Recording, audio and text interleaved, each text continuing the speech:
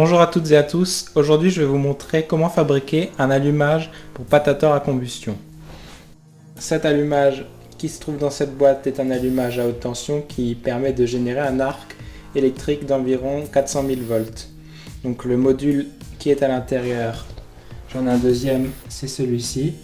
Donc ici vous pouvez rentrer avec votre alimentation, donc chez moi ce sont des piles. Et il faut que cette tension soit d'environ de 3 à 6 volts.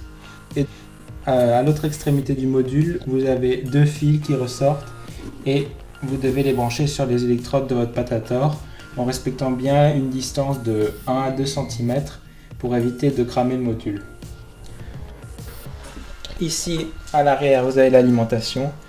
Ce sont 4 piles rechargeables qui délivrent une tension de 5 volts à 5 volts et demi si elles sont chargées au maximum.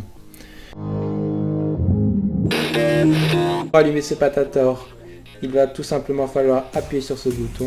Vous avez la LED qui vous informe qu'il y a bien 5 volts qui arrivent. Si les batteries se déchargent, il suffit juste de regarder en appuyant sur ce bouton la tension des batteries. Donc vous avez un module ici voltmètre, donc les batteries qui sont à 5,1 volts, donc on peut l'utiliser. En dessous, vous avez un switch. Ce switch, il a deux positions, une position haute et une position basse.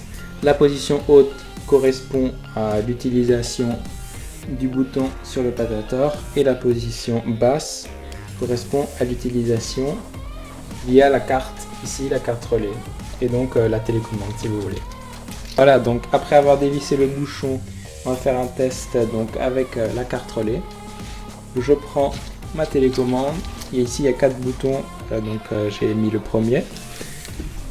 Je vous montre, j'appuie sur le bouton A et le module se déclenche et vous pouvez voir un arc. Si on veut déclencher le patator avec la poignée, avec le bouton qu'il y a au-dessus, il suffit juste de switcher sur le boîtier et donc vous avez de nouveau un arc que vous pouvez voir ici. Donc dans la seconde partie de la vidéo, je vais un peu vous détailler les caractéristiques de ce boîtier, donc les composants et comment le circuit est monté.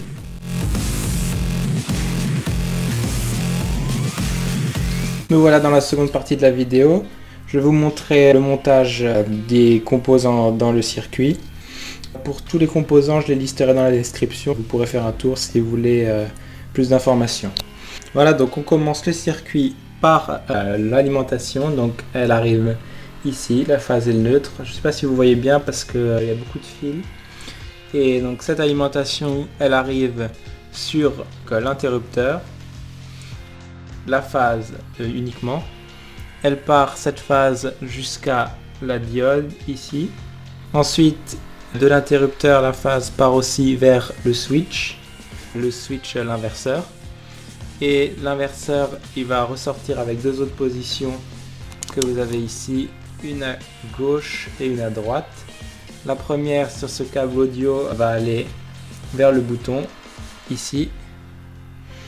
Et la seconde va aller vers les fiches bananes femelles qui sont ici, donc pour utiliser la carte relais.